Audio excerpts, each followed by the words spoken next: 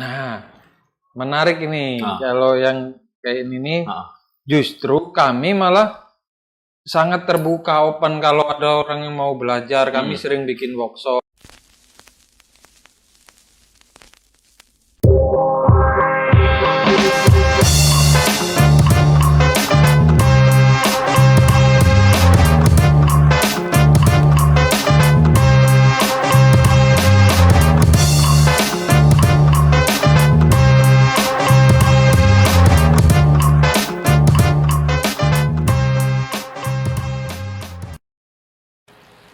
Ketemu lagi bersama saya Toel di channel YouTube kita Palembang Subkultur. Sekarang kita lagi ke tempat sebuah rumah produksi yang kita sebut Jama-Jama. Jama-Jama Jadi, project. Ini teman kita, teman saya tuh namanya Fajar. Fajar. Oke. Ya. Apa kabar, Mas Fajar? Alhamdulillah baik sehat. Ya? Lengkap masih ya? Aman. Apanya lengkap? Ininya, vaksinnya. Vaksinnya? Iya. Saya kira ininya bertambah ukurannya. Vaksinnya lengkap. Oke. Jadi di sini kita ke sebuah rumah produksi. Kalau orang bilang itu kadang-kadang ada yang nyebut bilang ini sebuah merek atau tempat produksi kayak gitu. Nah, jadi ada semacam apa ya? Pertanyaan kayak gitu. Kalau merek kan udah pasti ada produk ininya ya, produknya kan. Nah, itu bisa dijelasin nggak? Jama-Jama itu istilahnya dari awal sampai sekarang, dan awalnya itu kan kenapa bisa disebut Jama-Jama?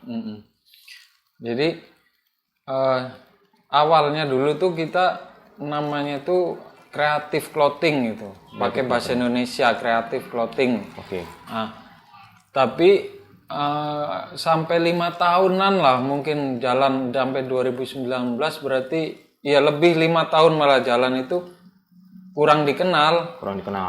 Taunya tempat bikin baju atau tempat sablon di Jama-Jama gitu.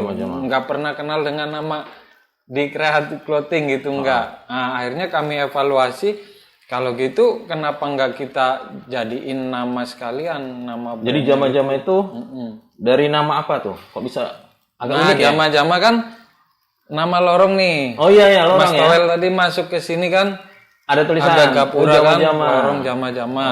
Itu dari bahasa Komering karena mayoritas di sini orang suku Komering kan.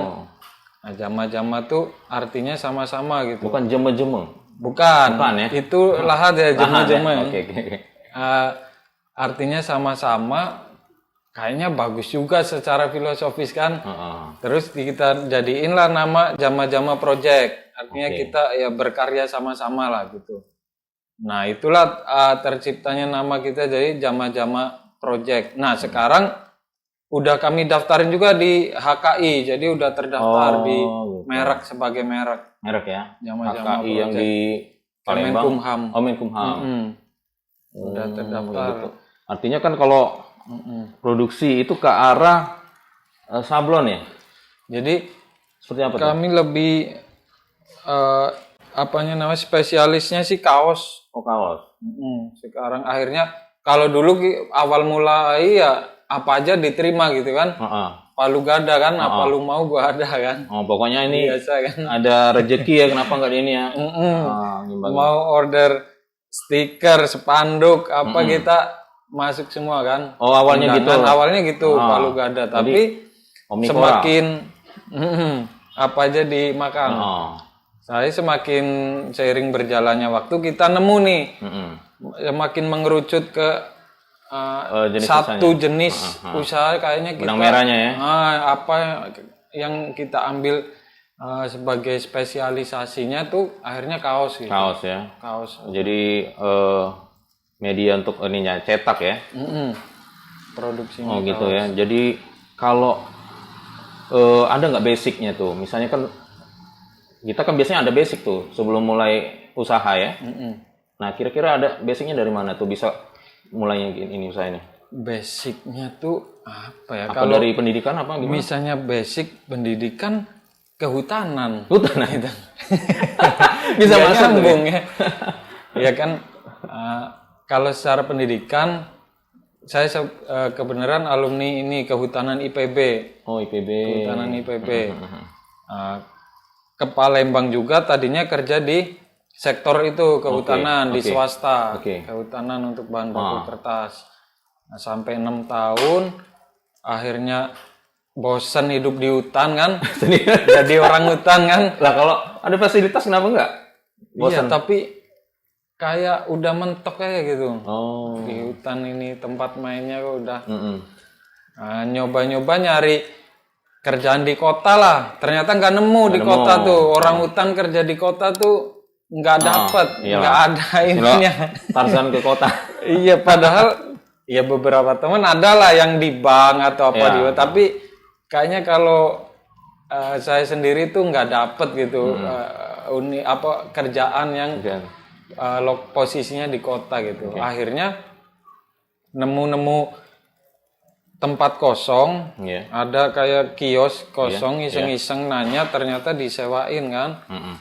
Nah dari situlah awalnya mulai usaha tuh. Oh, belum sampai ke kaos. Tapi kalau ke arah desain itu, ini kan pastinya kan sebelumnya tuh kan kita ada istilah itu kalau istilah kayak gini kan ada seni lah ya, seni untuk tadi pendesainnya. Basicnya tadi ya. Jadi dari di kuliah itu memang kehutanan, tapi ada ketertarikan tuh sama edit foto dulu. Oh. Main Photoshop. Awalnya iya. Dari Photoshop 6 apa 7 lah gitu. Iya, dulu sebelum CS ya. Oh, iya jauh itu sebelum itu tahun 2004-an lah, 2003, 2004. Edit foto, gabungin sama cewek atau sama itu cropping, terus ya biasa lah gitu kan.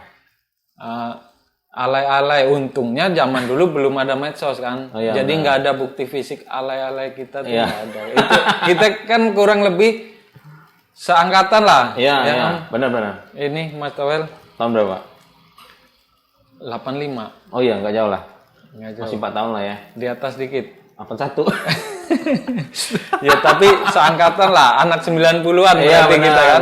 Benar. Untungnya zaman kita ala itu nggak ada itu sosmed kan, jadi nggak ada bukti fisiknya sekarang nih. Benar.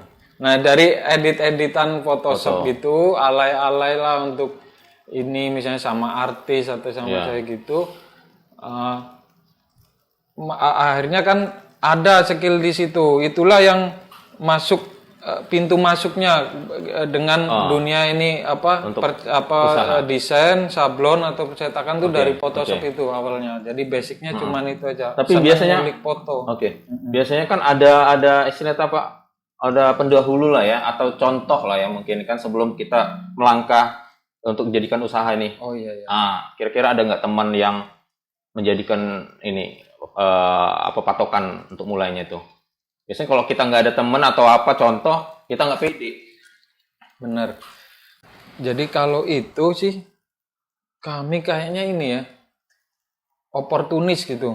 Maksudnya melihat peluang aja, melihat peluang. Nggak langsung ke kaos. Jadi mulainya dari sempet dari warnet. Tadi itu pertama usaha, terus fotografer pernah, walaupun kelas pinggiran, yang ngambil job-job pinggiran lah. Kalau tengah kota nggak pede gitu. Di dusun kayak itu kan, ada job kecil lagi kan dari fotografer sampai warnet itu ya jasa ketik, jasa cetak foto kayak gitu tuh, pakai printer itu cetak foto. Nah sampai ketemu ke kaos itu nyari-nyari tadi, jadi bukan karena ada siapa yang sukses di situ enggak, tapi nyari terus begitu di kaos tuh kayak ngerasa cocok aja. Iya gitu. Ya. Dulu di tahun berapa tuh? Nyari itu kaosnya di Palembang? 2013. Enggak, nyari kaosnya dulu bahan kaos polos online ya di Jakarta. Jadi yang beli kaos polos. Yang saya tahu memang bahan kaos memang kan ini di Palembang nggak ada tuh. Jadi ambil di Jawa ya. Kalau di sini konveksi ya banyak. Konveksi. Bahannya yang ini nggak ada ya. Tapi khusus kaos itu nggak ada. Yang produksi kaos polos pun nggak ada. Iya benar. Kalau konveksi banyak.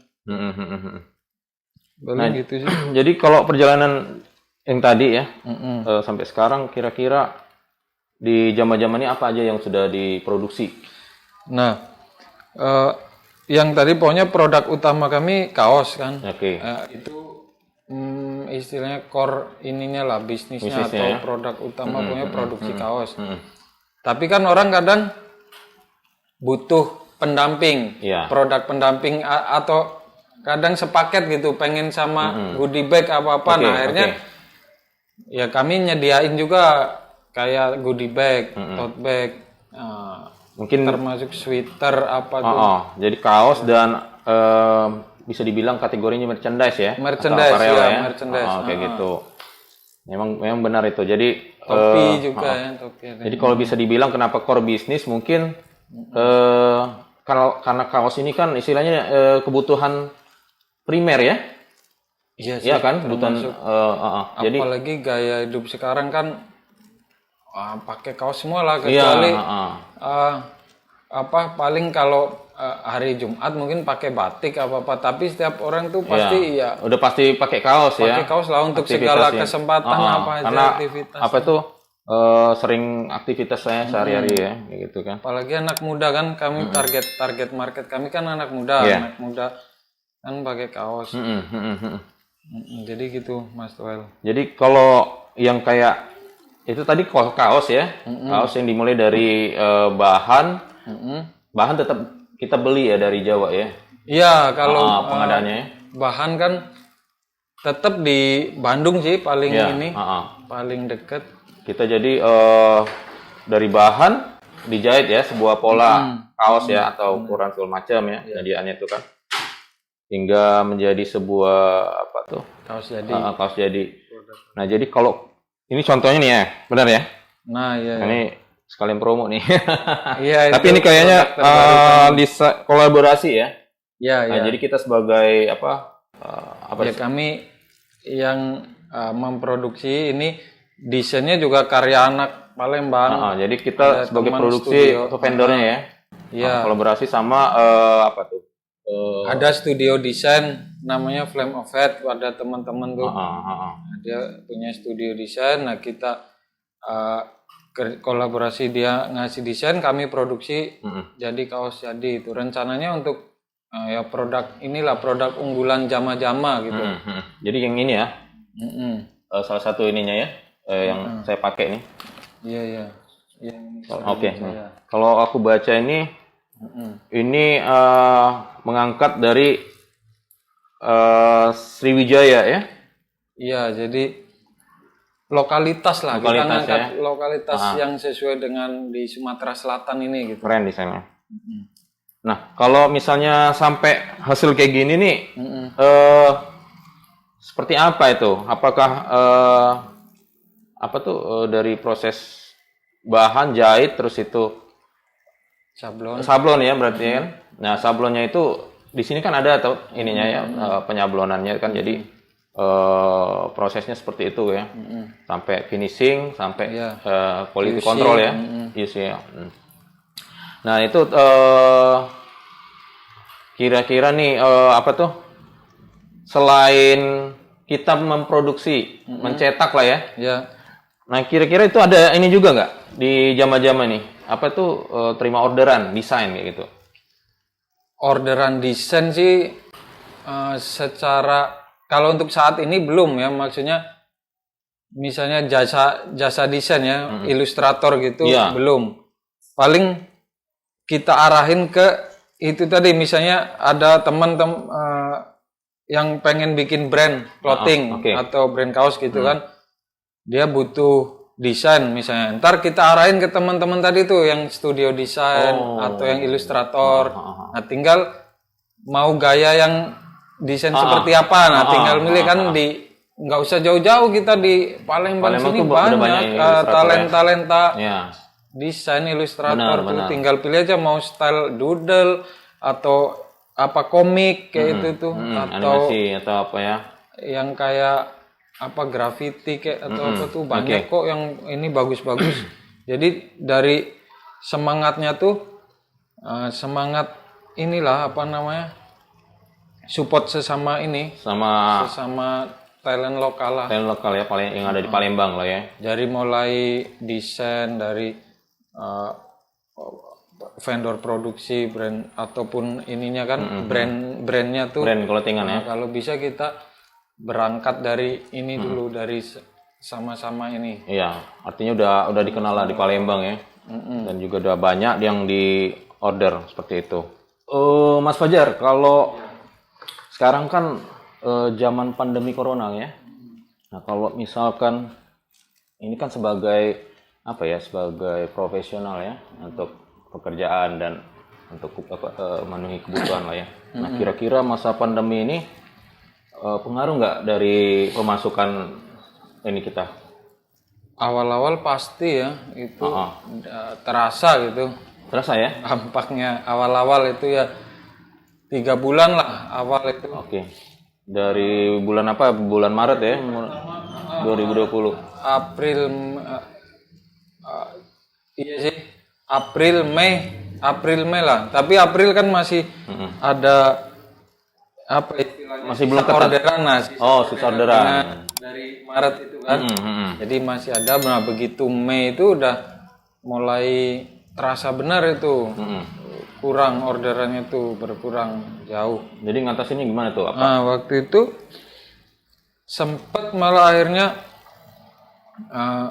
yang pegawai itu gantian kerjanya kayak gitu. Sempat kayak gitu seminggu gantian.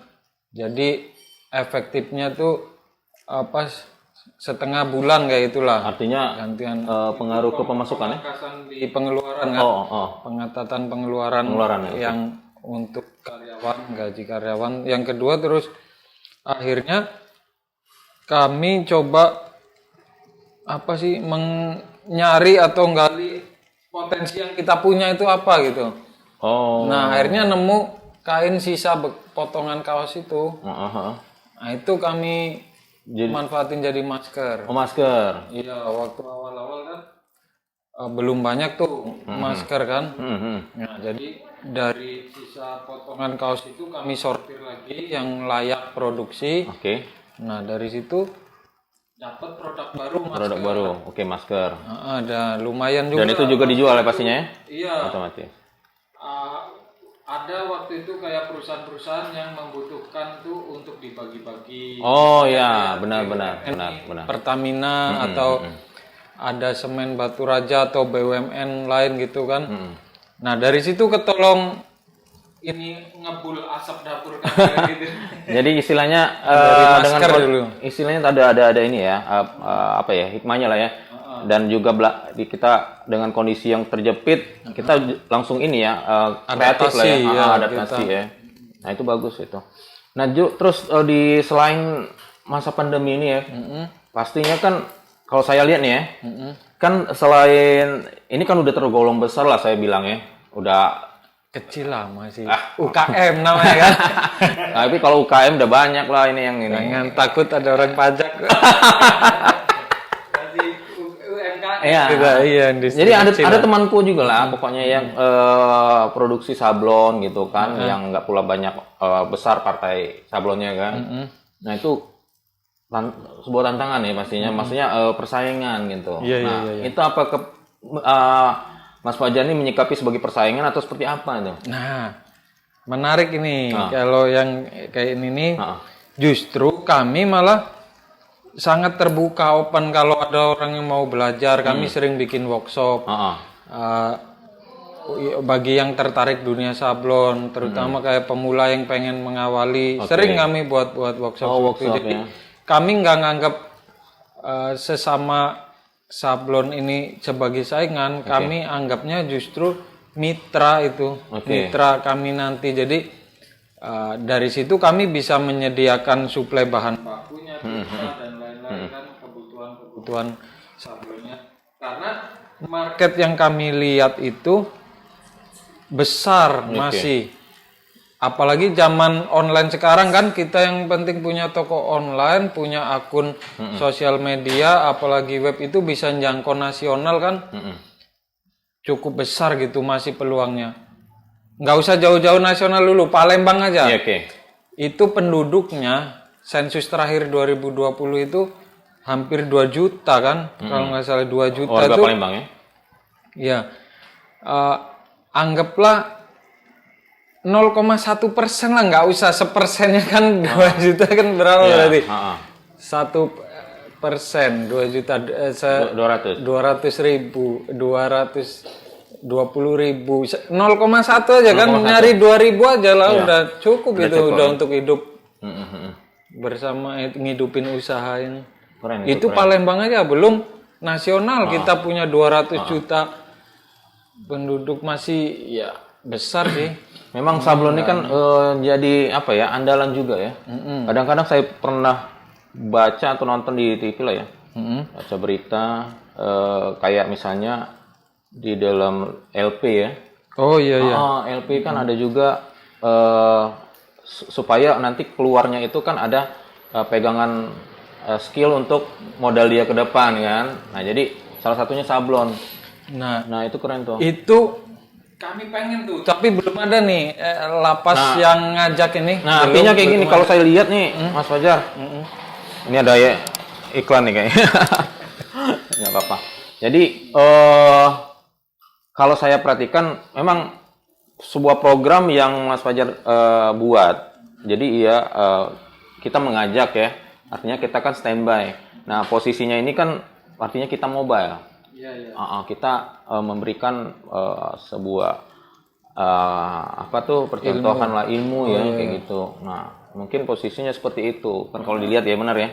Nah jadi kalau sementara ini orang yang kesini kita buka workshop kan, kita welcome lah kayak gitu kan. Nah itu bisa. Saya juga. Tapi ada juga kok, kami pernah datang kayak ke ya. panti rehabilitasi ini, rehabilitasi narkoba di Tegal itu ada Ar-Rahman di sini.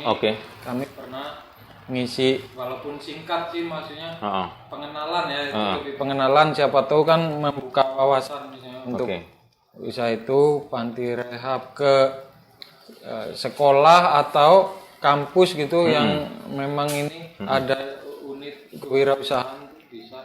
Tapi yang tadi Mas Tuel bilang kayak ke lapas tuh belum pernah nih ada yang ngajak. Pengen juga kami nih masuk, siapa tahu kan bisa. Ya mungkin dari sini kan bermanfaat. Bisa lihat ini yang nonton para mungkin tuh masuk ke ini ya, ke pemerintah ya. Nah, jadi bisa bersinergi lah bahasanya kayak gitu kan. Soalnya lumayan ini kok skill sablon ini maunya lumayan bermanfaat gitu, bisa untuk hidup, bahkan kami bisa menghidupi keluarga dan banyak keluarga lain orang dari skill sablon itu gitu. Jadi dengan itu kan mungkin kayak ini misalnya ya, kalau pelatihan yang lain misalnya membuat apa kuliner tuh ada gitu banyak kan. Kalau yang karya kerajinan ya mungkin kayak rajut atau jahit apa, jahit itu cukup bermanfaat juga, tapi pengaplikasian atau untuk membuat usaha itu kan mungkin cukup sulit di ininya ya, apa namanya, di marketing. Misalnya rajut itu mau jual kemana sih, sebagai apa gitu. Kalau sablon itu kan ada keterbatasan seperti itu. Kalau sablon itu kan bisa banyak media dihasilkan. Misalnya nggak cuman kaos, sekarang ini berbagai polos macam ini kan media. Sablonnya kan. Ini nanti kan kalau ada sponsor sablon baru cetak lah ya. Kalau ada sponsor ntar baru di sablon ini kan Mas Noel. Kecuali gorengan ya.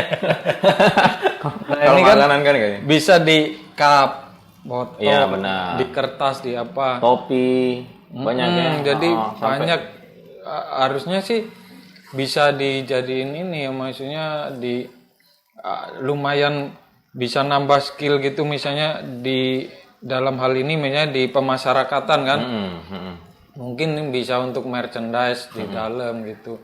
Makanya pas kayak untuk yang rehabilitasi pun kami senang dengan channelnya, kami datang ke sana gitu.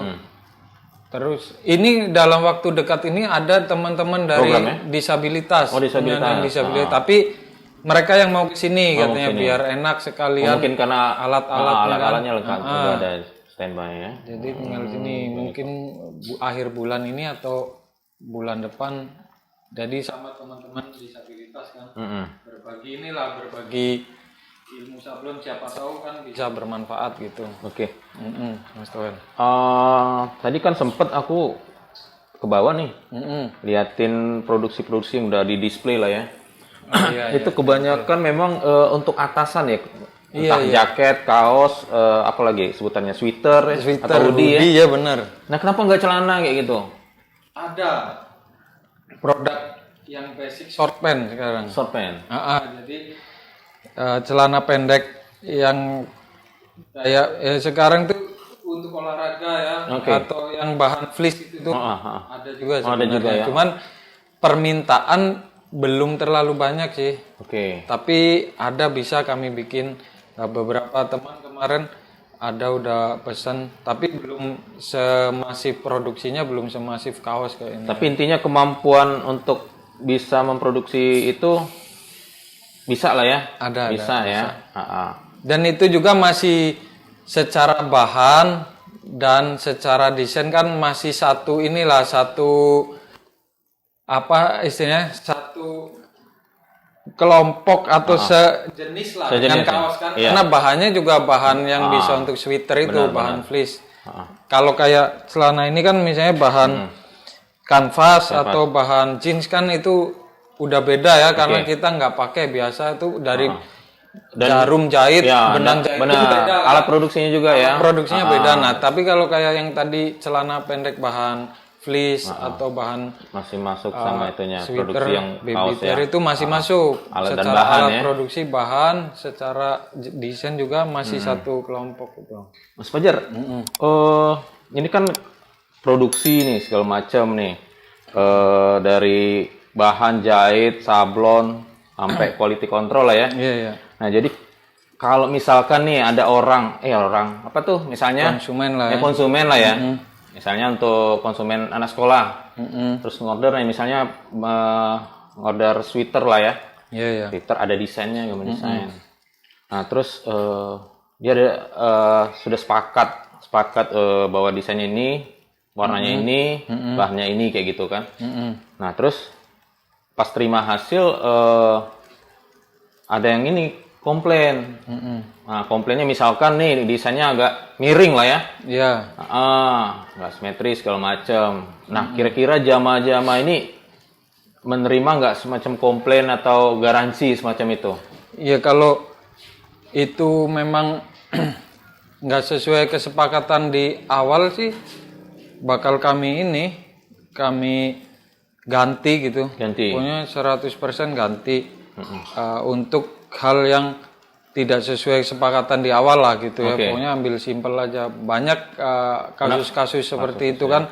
Jadi kita kan juga pasti ada aja kendala kan, setiap orderan nggak kalau kepengennya kan 100% mulus ya. Clear mulus, tapi kan ada resiko rupanya. Pasti ada aja misalnya dari 100 orderan satu yang bermasalah, misalnya dari size, biasanya sih masalah ke size chart, misalnya kegedean atau kekecilan misalnya dari sampel gitu ya. Terus itu tadi sablon misalnya posisinya tuh atau miring atau ini, atau misalnya yang pakai nama tuh bisa juga salah nama misalnya.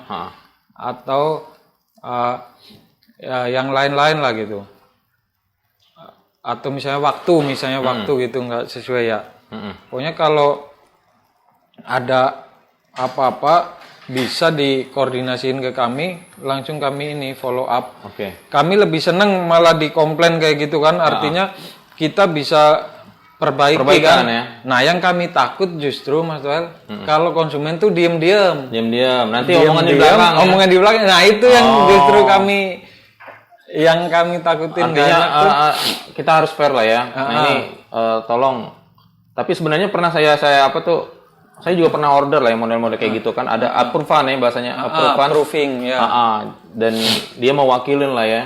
Jadi udah sepakat, artinya memang ada perbedaan sedikit lah. Kalau perbedaan sedikit yang kira-kira 10%, aku pikir nggak masalah lah ya, kalau nggak terlampau berarti. Lah yang gitu. Ini tadi yang kita lihat orderan di bawah tuh, ada juga itu masalah kemarin. Malah sampai 10 lusin. Oh iya. 120 Apa yang piece kami ganti. salahnya tuh? Warna. Oh, warna. Warna nggak Warna sesuai, warna sablonan. Sablonan. Oh. Nggak sesuai dengan proofing-an awal. Oke. Kebenaran biasanya kan saya sendiri nih istilahnya tuh kalau ini ngambil tugas jadi kepala produksinya tuh. Saya sendiri misalnya ini proofingan terus ini produksian awasin sendiri ini oke. Nah kebenaran kemarin tuh ada kegiatan ikut keluar kota ke Jogja, jadi ngontrol saya tuh dari HP kan, lewat foto video, jadi nggak lihat langsung gitu. Nah ternyata ada warna yang nggak sesuai dengan hasil proofingan sampel yang di awal itu. 120 piece ganti, akhirnya kayak ya itu resiko kan. Setiap kegiatan kan ada resikonya gitu. Iya, benar. Ya kita harus itu salah satu tanggung jawab, berani ngambil resiko. Nah itu belum tahu ntar. Ini kan masih penyelesaian. Ya kalau biasanya sih barang-barang reject yang itu berarti ditolak konsumen atau nggak lulus QC. Biasanya kami ada dua pilihan mekanisme itu. Satu dibagiin ya mungkin ke orang-orang terdekat kita dari mulai ini pegawai, keluarga, tetangga gitu. Artinya ada satu kesempatan bagi biar ngerasain juga produk kita kan. Yang pastinya itu kan layak masih. Benar. Cuman kayak meleset di warna atau ada miring kayak gitu, bukan yang cacat gede kayak bolong atau apa kan nggak enak juga ngasihnya kan. Jadi kan ngerasain juga nih orang terdekat kita, tetangga produk kita kan hasil kaos kita, itu satu. Yang kedua ada kerjasama sama misalnya lembaga amal nih kayak ACT, kayak yang kami nih ACT Aksi Cepat Tanggap, kita bisa buat sistem lelang. Misalnya dikumpulin nih setahun ada berapa kotak gitu. Pernah juga berapa box itu hampir banyak lah. Menu-menuin gudang di kamar tuh. Waktu itu ya pas pandemi nih, pas mau lebaran. Jadi temu tiga box lah, 3 atau 4 box. Udah kami buat ini lelang depan. Dalam sejam habis. Nggak masalah. Ada kayak semacam label entah sekolah A gitu, lebih nggak masalah. Nggak masalah sih ya konsumen apa itu kan kami sebagai sebenarnya kan kalau yang brand yang biasanya jadi ini kan yang untuk brand nih misalnya brand tertentu mungkin dia pengen eksklusif kan nggak ke ini nah kalau yang kayak itu biasanya kita info dulu ini kaos reject itu kalau banyak gimana kayak itu kan tapi sampai sekarang sih belum ada ini sih maksudnya nggak banyak sih dari reject yang brand itu paling ya dari 100 1-2 gitu. Hanya paling saya pakai sendiri gitu. Iyalah, pakai sendiri nggak dijual. Tapi gitu. bisa juga nggak kayak misalnya bahan itu kan di recycle kayak gitu. Masih bisa nggak gitu? Susah ya. Iya susah kalau. Susah ya. Misalnya kan gini kan. Desain gagalnya kan cuma di depan nih. Kalau misalnya kaos kan ada dua sisi ya kan, yang jahit kan. Ada juga build up ya kalau istilah itu ya. Oh iya. Nah mungkin di satu sisinya aja dibuang kayak gitu. Kayaknya bisa ini nggak? Susah ya? Untuk dimanfaatin lagi bahannya lah. Kami anggap inilah apa namanya itu tuh ya itu tadi bisa dimanfaatin. Kita juga bisa kasih ke orang teman-teman yang kesini misalnya kan bisa juga dijadiin sampel produk. Jadi nggak kebuang juga sih, nggak kebuang bener lah, masih ada manfaatnya gitu. Bisa jadi sampel produk, bisa terus untuk itu tadi ngasih ke ini tetangga tuh orang-orang terdekat gitu. Jadi nggak kebuang bener lah. Oh gitu. Terus zaman-zaman ini kan dari berapa tadi 2019 Apa 2000? Kalau secara ini yang zaman-zaman kaos ini kami dari 2013 pertama produksi. 2013. Akhir. Jadi bulan Desember ini 8 tahun ya. 8 tahun. Oke, 2013 ya. Nah, itu kan udah cukup panjang lah ya. 2021 hampir 8 tahun lah ya. Iya. Nah, kira-kira nih suka dukanya seperti apa nih? Iya, suka dukanya tuh Suka dukanya. lumayan banyak juga, tapi kami nggak inget sih. Kalau duka lupain ya. Oh gitu ya? Iya, kalau duka Banyakan suka lah. Iya lah ya. Kalau duka tuh ya paling yang kayak itu tuh misalnya tadi ada masalah atau yang kayak tadi. Yang cacat produksi itu tuh termasuk ya salah satu inilah dukanya gitu ya. Kita jadiin pembelajaran kan, benar supaya tuh. Itu poin tuh. nggak terulang lagi gitu. Benar. Tapi kita lebih banyak sih ngambil ininya ya, maunya sukanya. Ternyata tuh dari usaha sablon kaos ini bisa untuk hidup dan menghidupi gitu. Oke. Itu sukanya sih, dari tadinya kerja sendiri, cuman dibantu satu orang, Nambah lagi. iya, terus dari bekas warung sepetak itu aja cuman 3 meter lah. 3 meter itu warung, akhirnya bisa berkembang ternyata kan, sampai punya produksi sendiri. Insya Allah ke depan kan ada pengembangan lagi yang kita lihat tadi kan, udah ditimbun itu. Jadi untuk rencana pengembangan dari awal dikit ya jumlahnya kan, dari kitanya dulu kan pastinya kan, bertambah. Sekarang udah berapa banyak nih yang pegawainya? Apa dibilang pegawai yang penting gimana nih? Kru ya, atau pokoknya apa? tim lah ya. Nah, kalau tim kami itu dari tim sablon, jahit, tim jahit, terus finishing. Tim finishing itu termasuk QC tadi, gudang sama admin, dan operator mesin itu ada 14 orang lah. Sama ada yang freelance juga, kayak misalnya ini. Freelance itu apa? Marketingnya apa? Kurir. Kurir. Misalnya kurir, freelance, sama yang konten sosmed. Apa sosmed? Ada freelance juga. Kalau Biar di, tahu nih, di nonton nih. Instagram kan Jama-Jama Project. Jama-Jama Project. Iya. Gambarnya apa nih? Ada ininya fotonya. Logo Jama-Jama. Jama-Jama ya. Logo Jama-Jama Project. Jadi apa tadi namanya? Instagramnya Jama-Jama Project. Jama-Jama Project.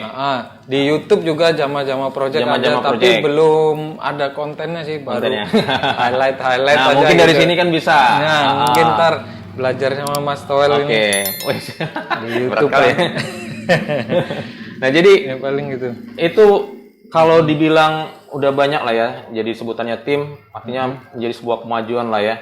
Kita kan harus punya visi dan misi ya, dari sebuah usaha maupun ya tujuan hidup lah ya. Kalau nggak ada pegangan seperti itu, kita bisa berjalan ya gitu-gitu aja lah ya.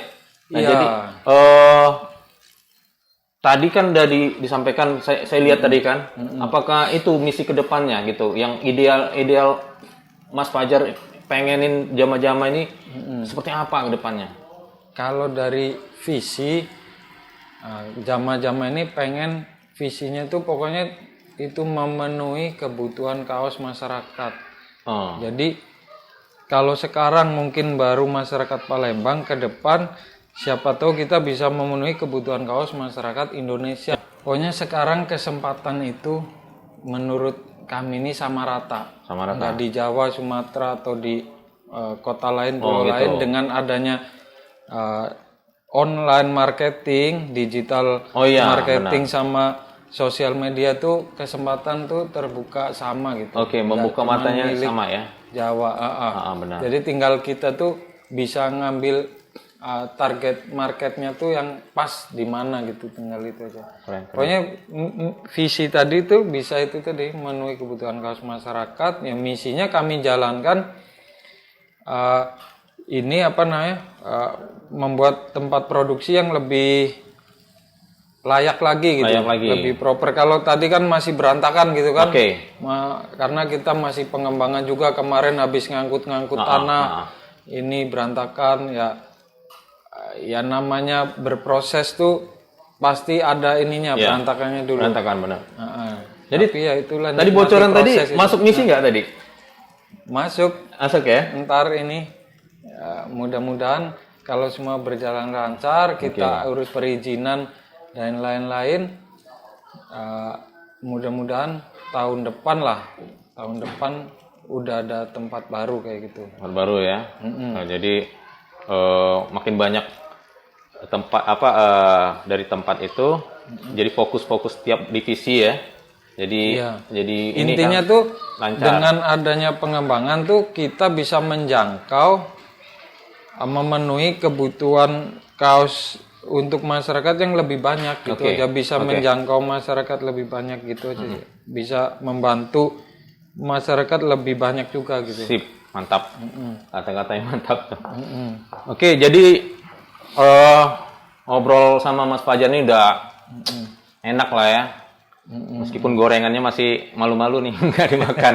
Jadi visi misinya jelas, dia untuk memenuhi kebutuhan masyarakat lah ya.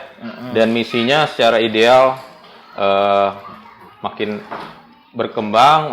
Itu tempat-tempat yang akan dibangun, yang fokus setiap divisinya kayak gitu. Nah, dan ini menjadikan ide dan keinginan kalian juga sih sebenarnya. Dan juga tadi kan ada misinya yang sebagai workshop ya. Ya, itu salah satu ini. Itu jadi keren lah. Diharapkan kan dengan adanya kami ini sebagai vendor produksi, satu bisa membantu teman-teman brand clothing yang mau membuat ini brand clothing itu, yang mau memproduksi produknya. Nah, bisa kami bantu gitu. Satu, yang kedua, teman-teman sablon, sesama pelaku sablon yang pengen mengembangkan skill, kita bisa sama-sama belajar ini. Jadi tempat kita sama-sama itu sharing lah, belajar. Dan yang ketiga tuh sebagai tempat berkarya untuk tim-tim kami sini. Mantap. Bekerja. Jadi siapa tahu dari sini kan bisa untuk hidup gitu. Sip. Jadi tegas. Iya. Dan padat lah ya. Oke, mungkin ini yang tanya terakhir tadi, dan mungkin udah inilah ya. Kalau mau sekali lagi mau produksi bisa ke Jama-Jama. Iya. Itu tempatnya di Pelaju ya. Di Pelaju, Lorong Jama-Jama. Lorong Jama-Jama. Lumayan ujung. Lumayan ujung. Kalau patokannya apa? Kalau salah BTPN ya ada. Pokoknya kalau ini teman-teman tuh lapangan Patra Jaya masih lewat, nah komplek Bagus Kuning udah deket, berarti gitu aja. Kalau saya BTPN situ, seberangnya kan? BTPN, ada BTPN. Bagus Kuning kan, langsung. Jadi masuk aja, tanya aja Jama-Jama, nggak jauh masuk dari situ, sekitar berapa meter nih? Sekitar 20 lah ya? Iyalah 100 meter lah, 100. Ya jalan kaki nggak nyampe sebatang rokok lah. Sebatang rokok. Kalau nggak ngerokok mah. Berarti vape. Vape. Kalau nggak vape apa? Oke lah. Terima kasih Mas Fajar sudah nyediain tempat gorengan ini. Habis ini kita santap nih. Saksikan terus Palembang Subkultur di channel YouTube kita. Ya. Thanks. Terima kasih. Terima kasih.